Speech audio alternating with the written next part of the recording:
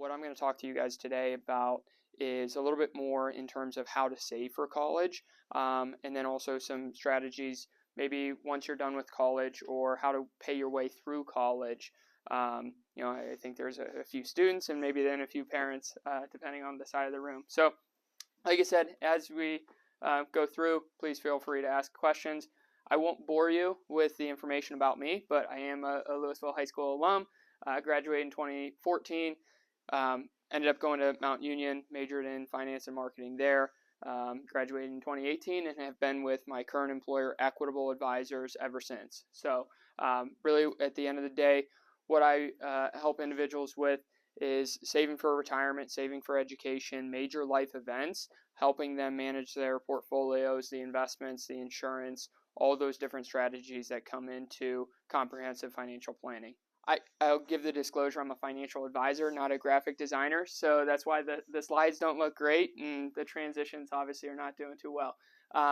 But for those of you that might think, like, why does this guy look familiar? I do work a lot here in the district with the employees of Louisville City Schools with their retirement benefits, the 403B and the 457, helping individuals understand their STRS, SERS, and OPERS pensions. So that's why I might be familiar, but Equitable, we are a firm that specializes in public employees, have been around for over 160 years, have over 3 million clients across the country, and manage over $350 billion in assets under management. So not that means anything to you guys, but really just wanted to give some background as far as my experience and why I was invited to talk to you guys today. Enough of the boring part about me, but there's some really good resources out there online that I would encourage you guys to take a look at in terms of saving for college, whether it be estimating costs, estimating future savings and what that could turn into over the next 5, 10, 20 years, depending on your situation. So I'll actually just walk you guys through it. So, like I said, BlackRock has some really good resources out there for you in terms of identifying, different costs or different savings. So there is a college savings calculator. That's truly, honestly, all you need to Google is BlackRock College Savings Calculator, and it will give you estimates as far as what college is going to cost, gives you information on 529 plans, which we'll go over, the historic tuition increases. Universities are constantly increasing the cost of education. But if we scroll down, you'll come to 529 College Savings Estimator, right? So what this allows me to do, I'll give the example of my son, who obviously lives in Ohio. He is a baby, birth year 2023. It allows you to choose what type of college savings are you looking at potentially attending in the future. Do you want to go to a community college? Do you want to go to a public in-state 4-year university, a private university?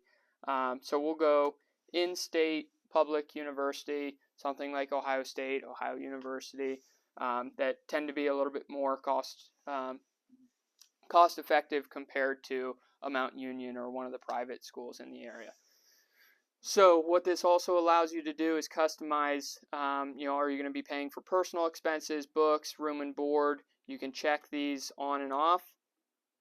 And then what amount of the college savings do you want to be able to pay for your child, for your grandchild, for yourself? So let's say my son, who was born in 2023, I want to cover 60% of his college education costs 17 years from now. This shows that 60% of those college costs comes out to a future value of $108,000. So if I want to cover 60% of his education, I need to have $108,000 17 years from now in order to be able to help him out. So what is my current plan, right? Do you currently have money saved for your kid or for yourself? What are you saving on a monthly basis? And is that money being invested in growing over the next 5, 10, 17 years in this example. So let's say I'm saving $250 a month. I haven't saved anything yet, and I'm going to get a 6% rate of return on my investment. What this shows you is I'm at a shortfall of $303 per month. That's what I need to save additionally to meet my goal of funding his college at 60%. Or I can drop in a lump sum of $7,877 today. And in addition to that $250 a month that I'm saving, that will help me get to that $108,000 based on those hypothetical examples. And then this shows the projected cash flow, right? The alternative funding includes sources like FAFSA and different financial aid, potentially working while you're in school. And then the black is the savings through a 529, through some sort of investment account.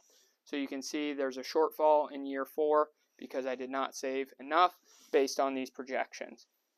Really cool to be able to go in and really get an idea of what am I doing for my future or for my kids' future in terms of paying for education, and what does that look like? What is that going to actually mean 17 years from now?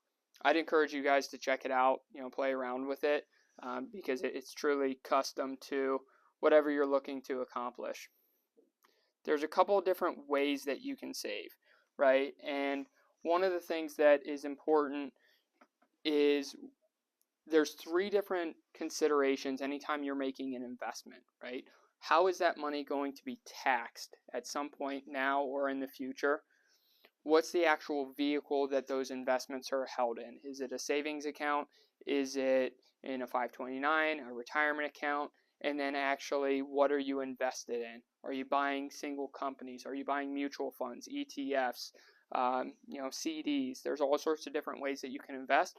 And those are the 3 decisions as far as what you need to make when you come to make an investment decision.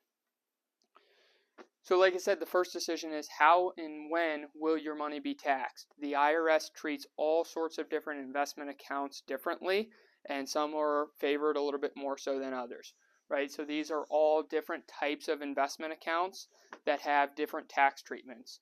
So many of you are probably familiar with what's called a 401k. That's a retirement account.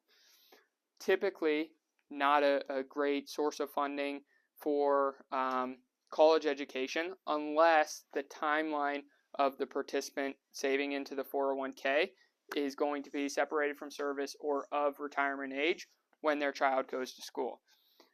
With that being said, 401ks, if it's with your former or with your current employer, do offer the ability to take a loan from your own retirement account. So at times in high interest rate environments like we're in today, individuals could potentially take a loan from their own 401k at a lower interest rate compared to a student loan, right? And they would just pay that money back into their retirement account in the future. So there's different options there utilizing retirement accounts for college education. And retirement accounts typically come with some of the most tax advantaged growth compared to others, right? Obviously, savings account is an option, right? Going to Chase or Citizens or Huntington and just stashing your money away into a savings account, oftentimes the growth on that money is relatively limited. And then really what we're going to focus on quite a bit today is 529 plans. How that works is you're able to contribute money to an after-tax account that grows completely tax-free, and you access that money tax-free as long as those dollars are used for qualifying education expenses. So it's a long-term strategy of contributing towards a college savings plan and having tax-free money to pull out and fund either yours or future generations' college savings. Based on all those different accounts that I just showed you, there's really 4 different ways that an investment account could potentially be taxed, right? In the first box, this is going to give you the most liquidity, right? This would be a savings account, potentially a CD, money markets, certain types of bonds. They have no tax tax benefits, but it comes with all the liquidity in the world, right? I could put $100,000 in my savings account tomorrow and access it the next day. That's not the case with retirement accounts. That's not the case with 529s unless it's utilized for a specific purpose, right? Boxes 3 and boxes 4, this is typically where retirement accounts come in, and that 529, like I said, falls into box 4. They're after-tax dollars. As that money's invested and presumably growing, you're not paying taxes on the gains, and you're not paying taxes on any money being pulled out when you use those dollars for qualifying education expenses.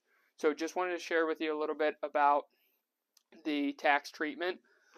The other thing that's important when you're considering saving for college is the asset allocation. Is that money actually being invested, or are you just setting that money aside? When we go back to the BlackRock College Calculator, you saw the increase in tuition expenses every single year. They are projecting a 3%, BlackRock being the 529 provider, they're projecting a 3% annual increase in tuition every single year. So if that money's sitting in a savings account that's getting you a 0.5%, well, that's great. The dollar amount's going up, but you're losing value compared to the cost of your future tuition. So we want to make sure that if you are saving for retirement, how can we efficiently do that and outpace inflation to ensure that your money's working, smarter and harder for you, as opposed to sitting in a savings account that is making money but losing value. So there's a number of different ways that you can be invested. Like I said, fixed income, that would be more of like a CD at the bank. Now, rates are a little bit higher today than they were 3 years ago. So they're a little bit more favorable, but not outpacing inflation by much. Other asset classes include large cap or small cap investments, right? This would be investing in major corporations across the country, across the world, investing in mutual funds and ETFs, potentially even individual companies that are going to track the market. So this chart shows the historical returns of those different asset classes. You can see in gray, and I realize this is probably really small for you guys, but gray is inflation. The green line is a fixed income investment that you can see is barely outpacing inflation. Blue, the light blue and the dark blue, those are individual stocks and mutual funds over the history. You can see there's more fluctuation with them, right? There's down years like in 2008, 2009. 2022 was a down year overall in the market. But you can see, despite those downturns, they're outpacing inflation quite a bit, and you're getting more value out of that investment compared to something that's growing at a fixed rate and avoiding some of the market fluctuation. This slide is extremely confusing, but it shows the year-over-year returns of those different asset classes. So if we look through the orange box, those are the large companies. And how did the large companies grow or not grow every single year? You can see 2001, 2002, large cap did not do well. However, the following year, 2003, they were one of the top performing asset classes. So there's a lot of fluctuation. The only reason I share this with you is this purple box is using what's called a diversified portfolio, utilizing large cap investments, small cap investments, international investments, fixed income, and having a blend within your portfolio eliminates all of that major fluctuations, the huge downturns in your portfolio, where you're getting consistent, steady growth and avoiding, some of the major upswings. You're not going to get the best returns most of the time, but you're also not getting the worst, right? So having that consistent performance is important when you're looking at overall planning. So one of the really cool things about 529 plans, I was actually just talking to someone out in the hallway as I was waiting, of 529 plans, while it's something that you would create for your kid or your grandkid, anybody can contribute to it, and those individuals do get a state tax deduction for making a contribution. So if you were to set up a 529 plan for your kid, for yourself, for potentially a grandkid, hopefully this goes quick because my timing's a little bit off, but you can set up what's called a gifting page, right? So with the holidays coming up, you could say, I put this link on my list, and I'm asking for people to not buy me presents this year. Don't buy me that pair of shoes that I wanted. Contribute to my 529 plan. So this is a real life example of my son's 529 plan. Please do not scan this. Like, don't contribute to it. That's not what it's here for. I wouldn't complain, but that's not what it's here for. Really just to show you what it looks like. So if you have loved ones that want to support you or support your child, your grandchild, they can go to your customized link, click on make a contribution. And it's a super simple process. It shows here the tax benefits that are associated with contributing to a 529.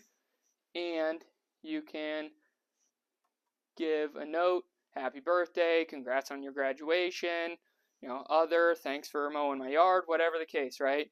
And then you can do it anonymously, or you can say, from grandma, from grandpa, from Uncle Joe. And then there's also, the gift amount. And if we continue scrolling down, that's where you enter your, I guess I have to submit it first, but that's where you would enter your banking information. They would pull it directly out of your account, put it into the 529 account for that beneficiary.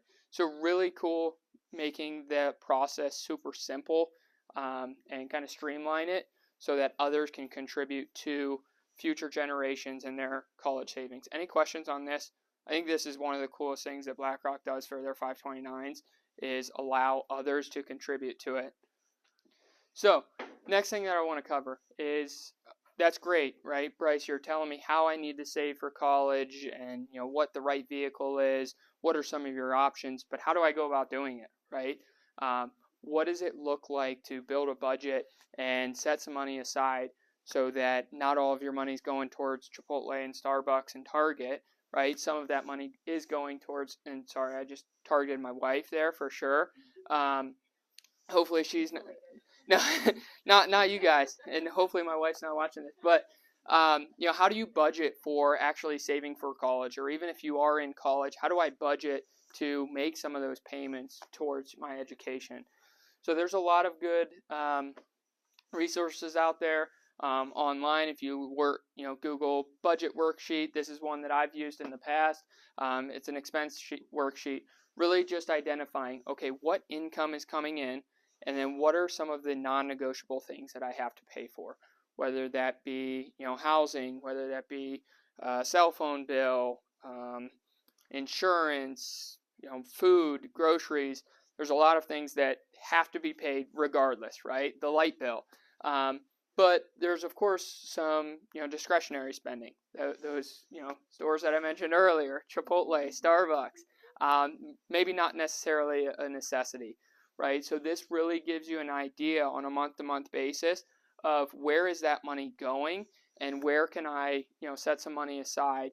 And okay, I'm going to go to Starbucks 3 less times this month. And that's still going to give me, 15 extra bucks a month that I can start putting away towards my future college. So I would encourage you, if you never have and you're looking to start saving for college, use something like a budget worksheet, like an expense worksheet, to identify where can that money come from to start saving and putting that money to good use. The last thing I want to cover is just paying down debt. Obviously, this is a little bit further down the line once kids, grandkids are out of college, or potentially some people in the room, once you do get out of college. Let's say you're in a position where you do have student loans. What are some different strategies of paying down that debt? There's really 3 main options that I think that make a lot of sense for somebody if they have a balance of debt.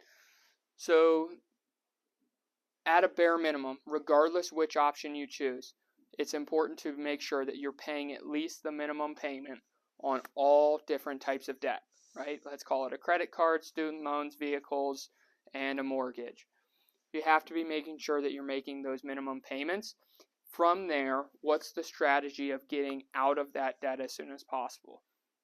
First one, paying off the lowest balance first, right? if I've got $2,000 on my car, I've got $20,000 on student loans, and $100,000 on a house, one strategy could be I'm going to pay off that car so I no longer have monthly payments, and I'm going to take that $300 a month. Instead of paying off my car, I'm now applying that to my vehicle, or I forget what the situation was. My student loans, yeah. So I'm now applying that $300 towards my student loans, and I'm paying that down quicker because now there's $300 extra per month going towards my student loans. And then once that happens, depending on the interest rate, potentially applying that money to the mortgage as well. The second option is paying off a high interest debt first, right? So if somebody's in a position where they have credit card debt, oftentimes that's going to be the recommendation. Student loans, vehicles, mortgages, those are all relatively low interest rate debt. Credit cards are pretty substantial, right? So if you're being charged 15, 18, 24% on a debt, that should certainly be one of the first places that your money's going, because it's costing you a lot of money to have that balance and owe the credit card company money every single month. So if there's credit card debt, that's oftentimes the recommendation. If they're all three, student loans, credit card, or student loans, mortgage, and a vehicle, now it's kind of dealer's choice of, okay, what's going to give me the most peace of mind, knowing that none of them have an astronomical interest rate. And then the last one is not really something that I typically recommend, but a strategy that, again, is designed more so around peace of mind. So chipping away at the largest balance first. Some people, as they get their statements and they see I owe $100,000 on my house, are not comfortable with that. Even if it's a 2.9% interest rate, they don't like the idea of this large balance floating over their head. So some people prefer, I'm going to make extra payments on my mortgage as opposed to on a car or on a student loans. I'll leave you guys with a thought. I did not say it. Ironically, my son this year was Albert Einstein for Halloween. But Albert Einstein said, compound interest is the eighth wonder of the world. He who understands it earns it. He who doesn't pays it, right? So that can come into play whether it's with investing, right? If you're investing and having compound interest on your side, that's going to help you, right? If you are carrying, let's say, a large balance on credit card debt, that interest is going to compound and that's going to hurt you, right? So this is an example of one of those strategies that I just shared on the last slide of paying down the lowest balance first and applying that monthly payment to the next type of debt. Right, so this person has 5 different types of debt. He owes $500, $625, $675, $1,000, and $1,200. You can see that they're making the minimum payment on all of them, and then the $100 extra towards debt number 1, that smallest balance. So after 5 months of paying $100, that debt number 1 is paid off. Well, that person could go celebrate, throw a little party. Or you could say, I'm going to take that $100 that was going towards debt number 1. I'm now going to apply that to debt number 2, and I'm going to pay $125 towards that debt and work on that, pay it off after 8 months. Now we're taking that $125 and we're paying $150 to debt number 3, right? It's just utilizing the same amount of money, right? You're not increasing what you're paying on any potential owed money. But it does allow you to really make the most of the money that's going out of your pocket, out of your paycheck, whatever the case, every single month to maximize the use of those dollars and really get out of some of those debts that you owe in a timely manner, rather than paying off one and celebrating and then that money's gone and you can't use it again, right? So that's really all I have to share. I do have my contact information. If you guys have any follow-up questions, I'll stick around for anything that you guys want to talk about. But hopefully you found it beneficial, and thank you for your time.